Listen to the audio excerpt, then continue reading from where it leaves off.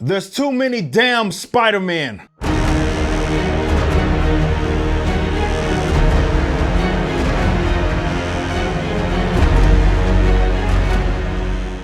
I've discussed the quality or lack thereof in some Marvel comics, but there's something that they can do to seriously fix this that should be a rather quick fix.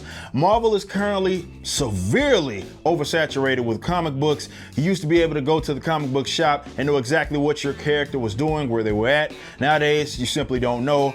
There are too many books, many of which most people care nothing about, and plenty of which are these side characters that have no business with their own series. But instead of trimming the fat, Marvel has seemed to increase the number of books, but because there's so many with the same damn character, this does nothing but really frustrate current readers and intimidates potential readers. I get asked all the time about the continuity in regards to some popular heroes by people that simply want to get into comics but don't know where to start. But in order to understand what's going on, it's really far too difficult to tell some people where to start. Spider-Man is a prime example of this, and he's one I get asked about, I guess, the most because he's identifiable. I understand that Spider-Man is one of the most popular comic book characters ever, but Marvel has worked this concept of Spider-Man to the bone. And in all honesty, it's highly intimidating because people that want to jump in are just utterly confused, man.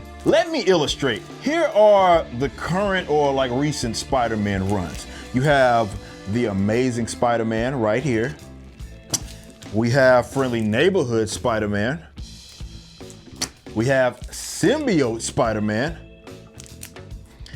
We have Spider-Man City at War, which is in the Gamerverse, of course.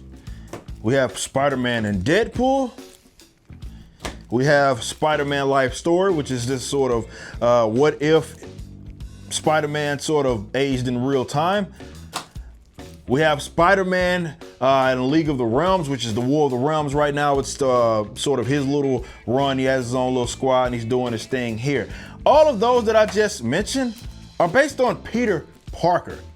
All of those comics, their current runs, or they're sort of, some of them are unlimited, some of them are limited in a sense, and there's these little side stories, but all of them that I just mentioned are based on Peter Parker. How the hell do I tell somebody that, like, hey man, yeah, I know you want to get into comics and I know you understand the continuity is really important, but yeah, all of those are going down and some of those do take place in different universes, but the vast majority of what I just mentioned all take place in the main universe, which again, there only should be one universe in my honest opinion, because it forces writers to have to be creative. And then we start getting to some of the like tokenized Spider-Man, which you have like, for example, again, part of the War of the Realms, New Ages of Atlas, which has Silk, which you can see in the bottom, which is basically a Korean tokenized Spider-Man.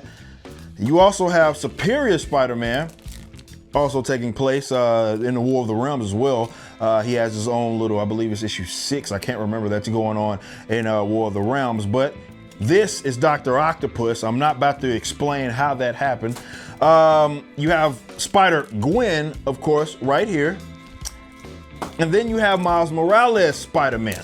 So I just gave you three tokenized versions of Spider-Man. This is half black Spider-Man. You have female Spider-Man. And I didn't even mention like Spider-Woman. She shows up in random places such as Captain Marvel and what have you. It's just too many damn Spider-Men. Now, this is a tad different from, let's say, Batman and the Bat family over at DC, because at least there's a little bit more direction. You can sort of identify what's taking place and when it took place. Though DC can really put out too many Batman comics at times as well. But when you got characters like Spider-Man, it's really difficult to keep up with, and it's confusing in terms of timeline sometimes. For example, with Spider-Man, the Symbiote Spider-Man, that took place right after Secret Wars, but it's a run that's going on right now. But there's no need to have all of these damn Spider-Man lines, and there's no need to have all of these tokenized versions of Spider-Man.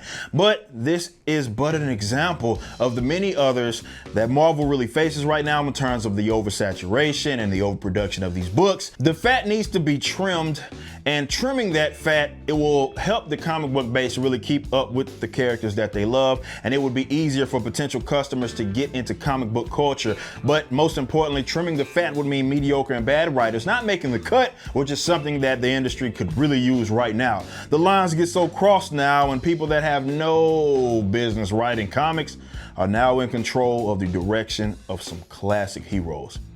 Stop it.